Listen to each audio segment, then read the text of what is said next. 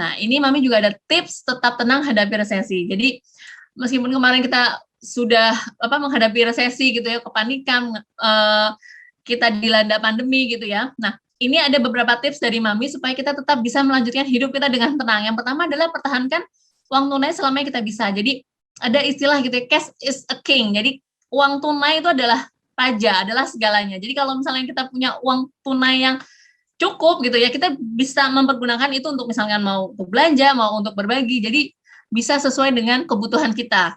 Lalu yang kedua adalah atur kembali pengeluaran rumah tangga. Karena pada saat kemarin kita dilanda resesi, mungkin ada penghasilan kita berkurang gitu ya. Tetapi selain penghasilan berkurang, ada juga pengeluaran berkurang. Mungkin dulu sebelum pandemi gitu ya, kita banyak keluar rumah ya, dalam arti kan biaya transportasinya mungkin juga lumayan banyak gitu ya. Tapi selama ini work from home gitu ya, belajar dari rumah, bekerja dari rumah, beribadah dari rumah, mungkin kita mengurangi berpergian. Nah, jadi untuk pengeluaran untuk transportasinya juga jadi lebih berkurang seperti itu.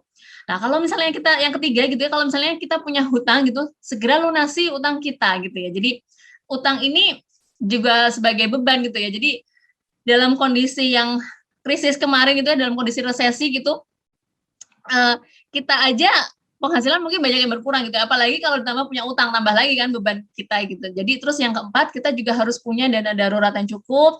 Yang kelima, miliki penghasilan lebih dari satu sumber. Nah, mungkin kemarin tuh banyak banget teman-teman Mami yang mungkin suami-suaminya karena di PHK ya, jadi mau tidak mau, suka tidak suka, emak-emaknya ini udah mulai bergerilya. Biasanya mereka bisnis online, jualan online. Bisa tiba-tiba buka catering gitu ya, masak-masak, yang hobi masak misalnya buka catering, misalnya yang hobi jualan-jualan udah mulai tuh, misalnya jualan frozen food, apa jilbab, apa baju gitu, apa-apa semua dijual. Nah, ini nggak apa-apa karena itu akan menambah penghasilan selain dari gaji suami misalkan. Nah, yang keenam adalah tetap rutin berinvestasi untuk jangka panjang.